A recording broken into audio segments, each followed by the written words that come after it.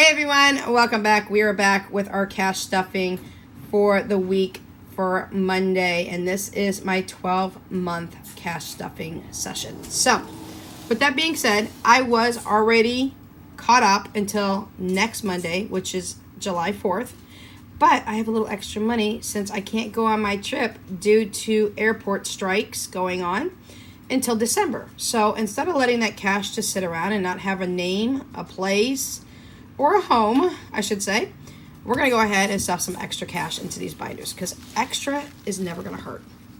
So let's start out with January. January is two of my kiddos' birth month. Philip will be turning 12 on January 25th. 6 days later, Jessica will be turning 13 on January 31st. With that being said, I am saving for a couple of different things in this envelope. I am saving for Jesse and Philip's birthday. They both want cash. My kids are just all about cash. They don't want me to buy things. They want to buy their own things. Both of them are very heavy into gaming. Jessica with her Xbox and Philip with his Xbox and his Oculus headset.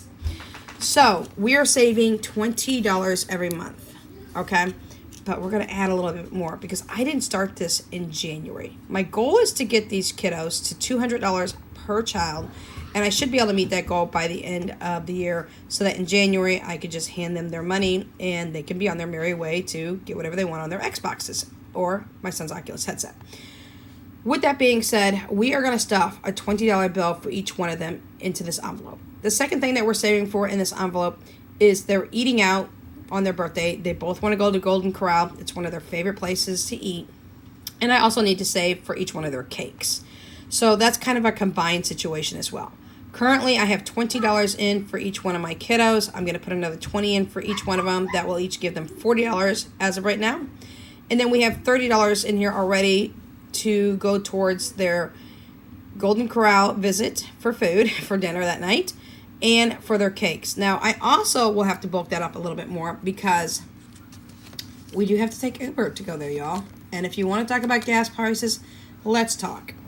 15 minutes to Uber to go from my house to Golden Corral. 15 minutes transportation back in an Uber. And this is an Uber XL, which holds anywhere from 4 to 6 people.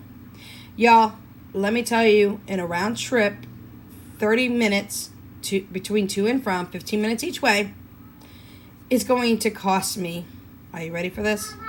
$40 or more.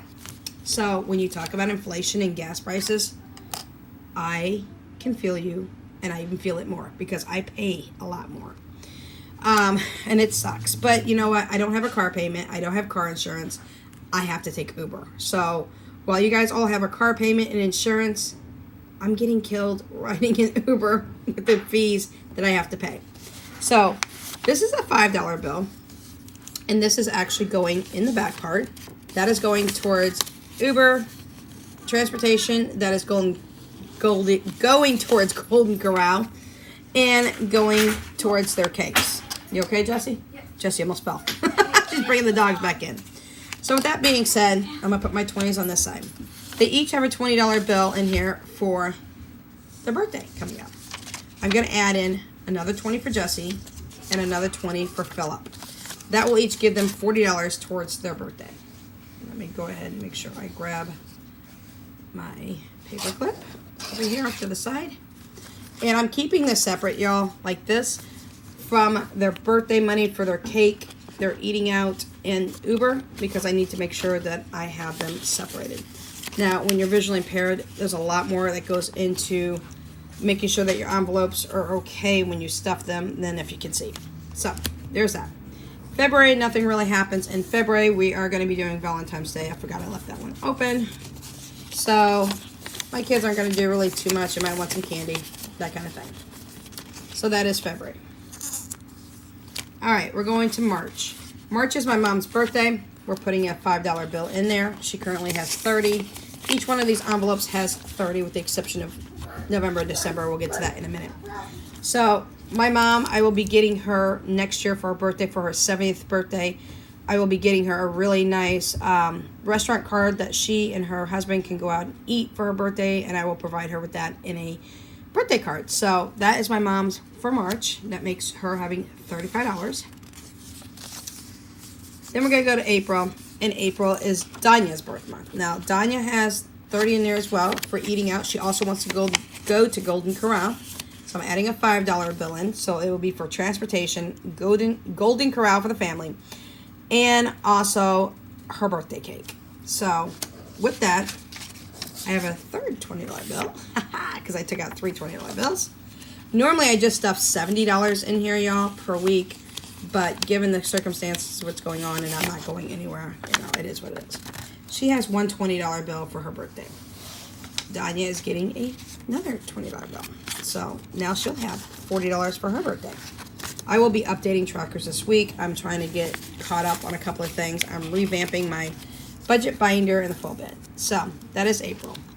May, the only thing that happens in May is Mother's Day. And I don't know. I don't really do anything for Mother's Day. I'd rather my kids make me something than buy me something. But this next year, I think I'm going to each give them some money and let them go buy me something that they think I would like. I think that would be really fun. And thank you to Budget with Free. She's the one that gave me the idea because I was like, nothing happens in May. She's like, yeah, it does. Mom's Day. So June is the birth month of my grandson, who is running around the house acting all crazy.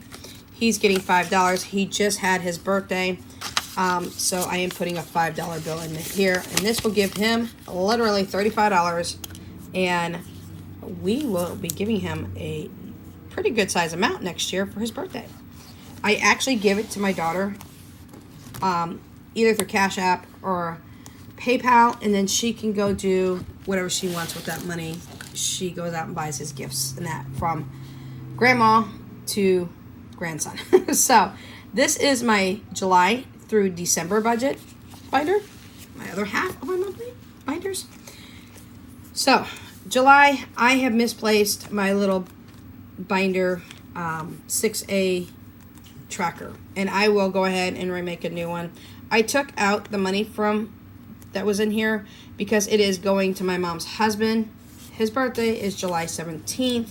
Tori is going to go down and get Danya. Danya has been staying with my mom and her husband for a couple of weeks just for a visit, and she's going to go down and pick her up this week. When she does that, I want her to drop off my mom's husband's birthday card, and I want to get him a Subway gift card because he loves Subway. So I pulled out the 30 here. I'm going to add 20 of my own personal money out of my buffer in my bank, added to that, and he's going to get a $50 Subway gift card along with a birthday card that I'll be picking up here in the next day or two. So we are going to get a jump on his birthday for next year, and I'm adding in a $5 bill for him.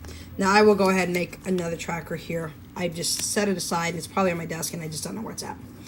August, nothing really happens for us in August, so we're just adding in 5. And when we get to that month, we'll decide what we're going to do with that money, whether I'm going to move it to a sinking fund or whether we're going to use it for something else during that month of August. September, same thing. Nothing happens in September. So once again, we will be doing whatever we want with this money come September, whether we use it in September for extra things around the house or something we want to do, or if I put it into a sinking fund.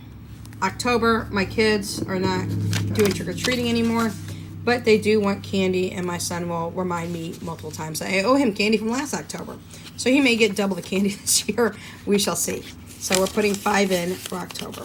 Now again, each one of these had $30 already in it, with the exception of the birthday months of January and April, because they had more money because I stuffed them a little bit bigger. The rest of these had $30, so now they're up to $35.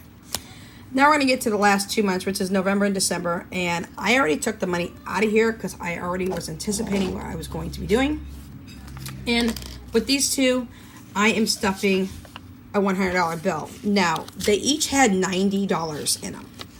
So these I stuffed $10 per week into these envelopes.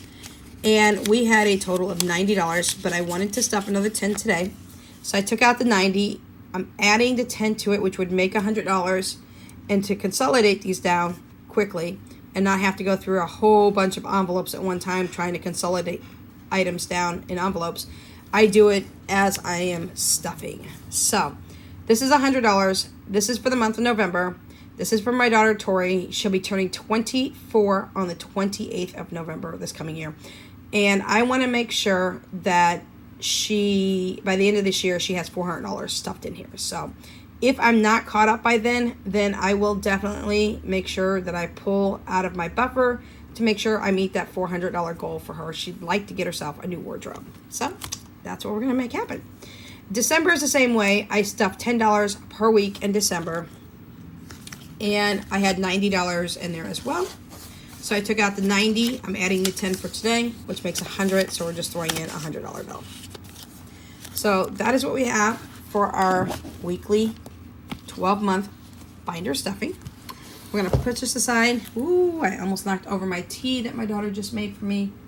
And we are going to grab our 100 envelope challenge. I got the idea from Lisa Marie Budgets the other week that, let me move my paper clips here, that she was going to use the 100 envelope challenge as a form of saving for a house payment, down payment.